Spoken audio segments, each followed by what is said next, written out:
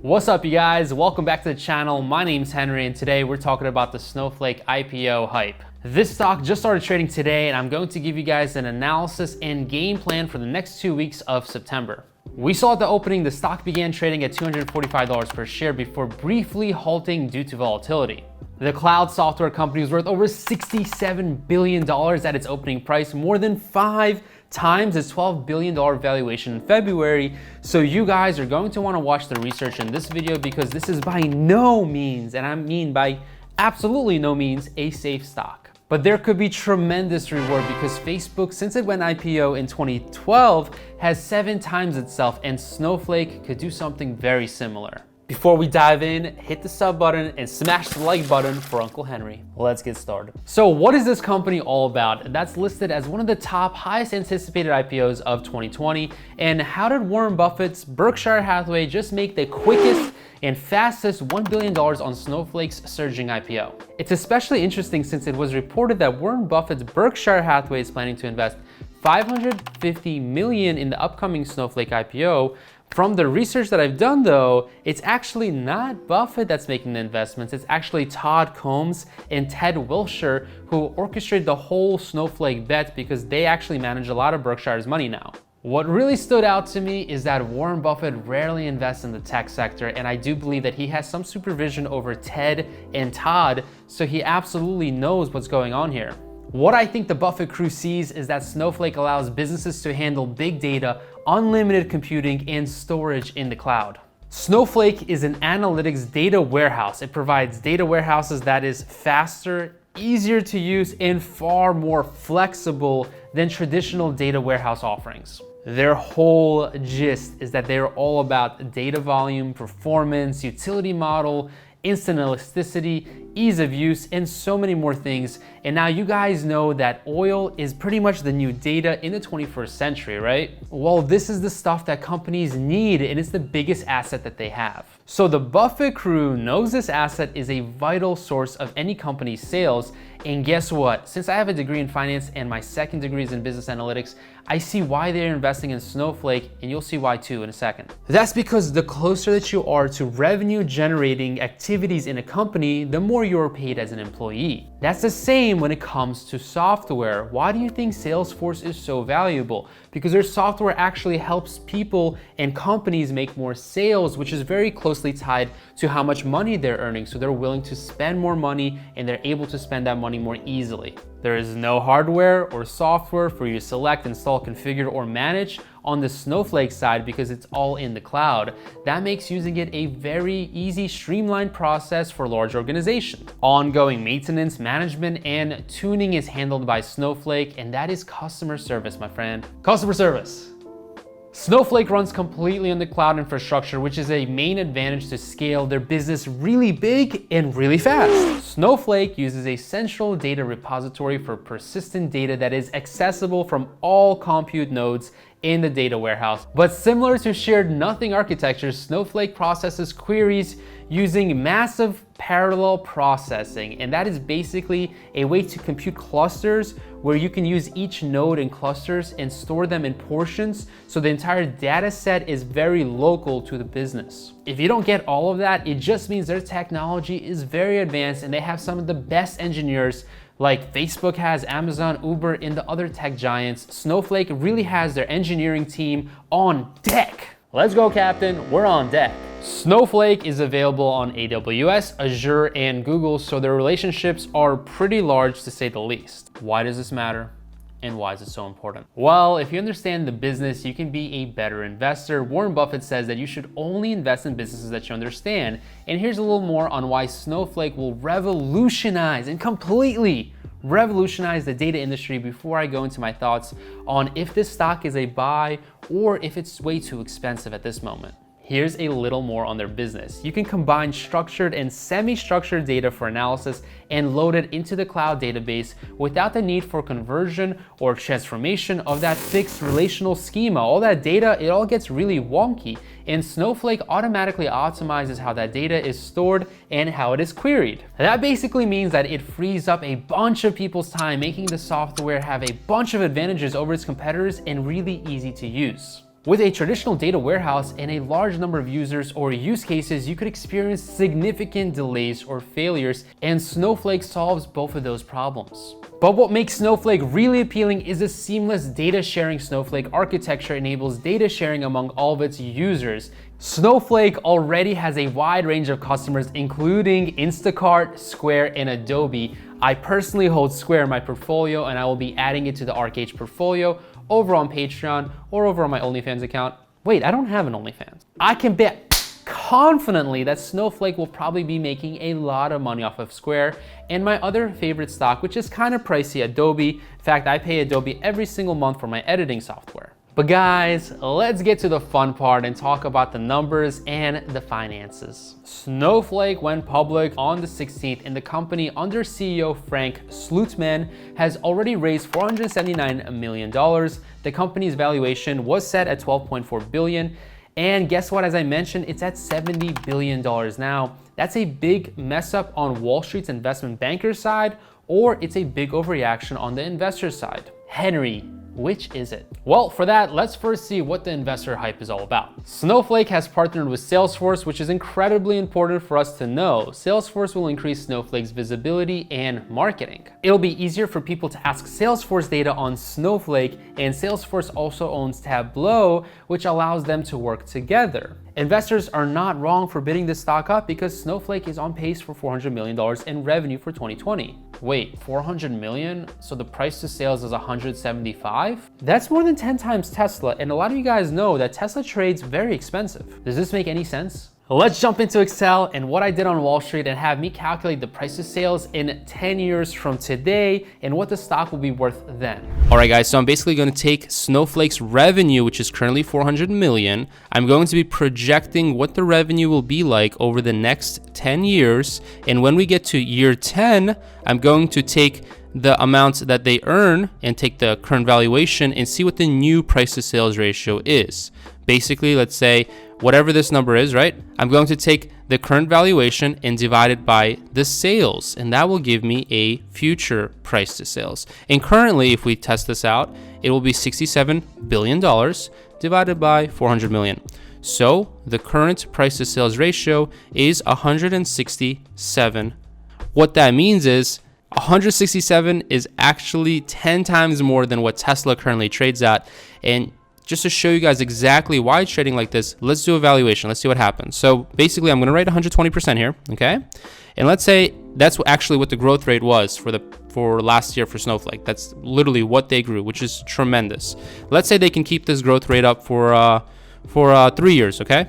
And then let's say for 2 years, they slightly fall, but they're still gonna have a really strong, Tesla's growing at 50%. Let's say they grow at like 70% for 2 more years. And then let's say for 5 years, they grow at Tesla rates, so 50%. So basically I'm gonna use, you'll see what I'm doing here. I'm gonna take the 400 million and multiply it by 1 plus, we have to do 1. That just basically normalizes the growth rate. Boom. Okay, so that's what year 2 revenue will be like. So if Snowflake continues to grow so quickly, they will literally, obviously double, but a little bit more than double, and that's actually what they grew, will be $880 million. Now, I'm going to lock this cell. What that means is I can drag it down now. So lock, there you go. Now I'm going to drag it down for, we said 3 years. So this is 1, 2, 3, boom. So they're actually going to pretty much 10x their revenue by year 4 to 4 billion. And now we're going to do the same thing, except we're going to multiply only by the 70%. So multiplied by 1 plus, multiplied by 1 plus 70%, okay? And we said it's going to happen for 2 more years. So 1, 2. So they're going to have a whopping $10 billion 6 years from now. And now we're just going to do the final stage of growth, which is the 5 years at 50%. So let's take this number multiplied by 1 plus 50%. Done. And now we drag to the end. Boom. So what's going to happen is, and I didn't knock this cell. That's why. Okay. Now let's double click again. There you go. So as you can see here, this is what's going to be happening to the revenues. If we consider this type of growth rate, then that type of growth rate for 2 years, and then 50% growth rate for another 5 years. And then obviously from there on, we don't really care, but I'm just looking at 10 years. We do care, but I'm only looking at 10 years. So in 10 years, that's what the revenue will be like. So we're going to take the current valuation divided by what the revenue could be like. Boom. So the price to sales in the future could literally be very tiny amount of 1.22 if this growth rate happens. And that growth rate, if it occurs, then this valuation makes a lot of sense. But honestly, like 120% for 3 years, let's just go a little bit more conservative and say like that happens for 1 more year, because you can't really grow at the same rate forever. So let's just say it only happens 1 more year. So let's do a little bit of scenario analysis. So basically, what I think is 120% for 3 years is a little too aggressive. So let's say it only happens for 1 year, but then after that, we get right into this only 70% growth. All right, guys, so obviously 120% is very aggressive, and that's because they grew that year over year, but that's not going to happen again, most likely, because they're growing from such a small base. It's very easy to go from $1 to $2, but it's not easy to go from $1 billion to $2 billion, which is a good thing if you have a small trading account, but if you have a larger trading account, it's difficult, and the same thing goes for companies. So rather than growing 120% per year for 3 years, which I think is extremely aggressive, we're just going to say it's going to grow 50% year over year, which is basically Tesla's growth rate. So I'm going to put 50% for 3 years, and then let's say it's going to slow down a bit. So it's going to slow down to about 25%. Okay. And as you can see, the future price of sales is already changing. And then for 5 years, we're just going to put, let's say it really does slow down a little bit more, but still fast growing company at 12%. So as you can see, this company goes to a future price to sales of 22. So basically what I see is happening is 22 is a normal price to sales ratio, or kind of normal. It's still a high one. So in my opinion, this stock, even in 10 years, will have that type of revenue, right? And basically I see that this stock is seriously priced to perfection, because even in 10 years, it's still going to have an above average price to sales amount. And now even if we change this to like, let's say 15, it's going down, right? Or I can change it to 20. It's going down to 15, but it's still higher than Tesla. So in my opinion, Snowflake is priced to perfection, because even if they have insane growth, and we'll change this to 55, yes, I'm making the growth rates more, which is still really aggressive, and the future price of sales does not become cheap. So no matter how I look at the stock, it is priced to perfection. And even in terms of really good growth for the next 10 years, it will only normalize or slightly normalize to a normal level. So in my opinion, at this current valuation, I don't really want it at $67 billion market cap. I'd probably want it at least at, let's put in 50 billion. So 1, 2, 3, 1, 2, 3. And I have to do another 1, 2, 3. That's 50 million. 1, 2, 3. So at 50 million, then it becomes more decent, right? But to be honest, even at 40 million or 40 billion, I would rather take it. So at 40 billion, that would be much better for me. So essentially, I see the stock kind of going down at least, what's that? So 40 divided by 60, let's do 40 divided by 67. So I see the stock, and then I'll just do 1 minus that. I see the stock as about 40% overvalued. That's why I don't want to get into it. It's about 40% overvalued in my opinion. If it goes down to 40 billion market cap, it becomes somewhat attractive. Now, of course, if these numbers change a little bit, that will impact the future price of sales. But to be honest, guys, this is literally one of the best ways to value a company without having to do a whole week's worth of work, which is a DCF model. This essentially gives you all of the ideas, what I just did right here, of what the stock could be worth in the future. And this is like really the easiest process, is taking revenue and multiplying it by growth rates and coming up with a future revenue. So then you could take what the current market valuation is and divide it by the future sales revenue, and then you get a future price to sales ratio. And what you want the price to sales ratio to be, I mean, it would be nice if this was a lot lower. If that was like, 5 or 4 or even 2, that'd be great. But what this is saying is, even with this crazy growth rate, this stock will still be trading 8 times more than its sales. And just to put in perspective, Tesla's about 16. So that gives you a perspective. This stock is not cheap. And I'll be going over all this stuff probably explaining it much better in my course. This is kind of the first time I decided to do something different for you guys because I really want to mix it up and teach you guys as much as possible. Let's keep going with the video. All right, I hope that was helpful and you guys got a little analysis on what I did on Wall Street. Here's more things to consider in this stock. Snowflake has a 158% ratio on net retention. The net retention rate is the percentage of reoccurring revenue retained from existing customers in a defined time period, including expanding revenue, downgrades, and cancels. So this means that existing customers are actually spending more money as they use Snowflake. Why is that important? Customers recognize the value of this company, but also they have a scaling revenue stream of customers spending more than 100% of what they signed up for with additional purchases that Snowflake has. They have 3,117 customers, 56 customers that are spending over $1 million with them, and 500 million daily queries. Their net promoter score is 71, and this is basically a customer loyalty and satisfaction measurement taken from asking customers how likely they are to recommend your products or services on a scale of 0 to 10, but there's a lot more to the story than that. Holy Neptune and holy grail of the NPS score. That is very rarely attainable by any company. A company with a score in this range is considered to be among the absolute best in the industry.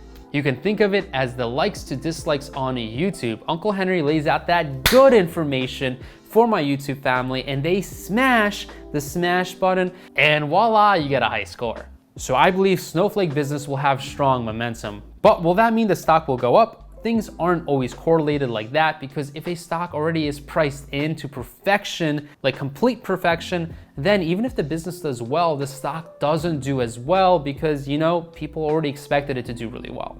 And that's kind of where we have to discuss the risks. So what are the potential downfalls for Snowflake? Well, one, Snowflake does have competition.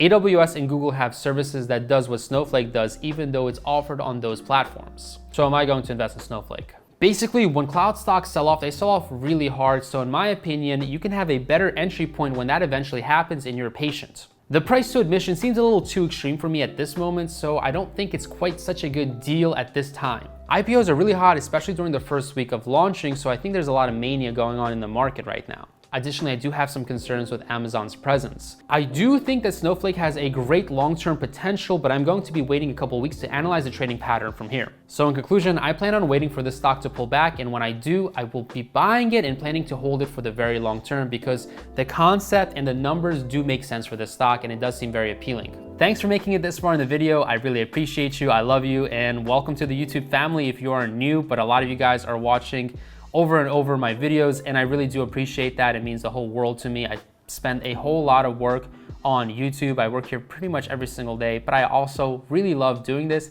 and I hope I'm helping people become better with their finances, become better investors, and overall building the future that they deserve. You really only have to do one thing for me. Be aggressive in learning, but be safe in investing. You champion. You know what? This time, I want you to give me a double fist pump.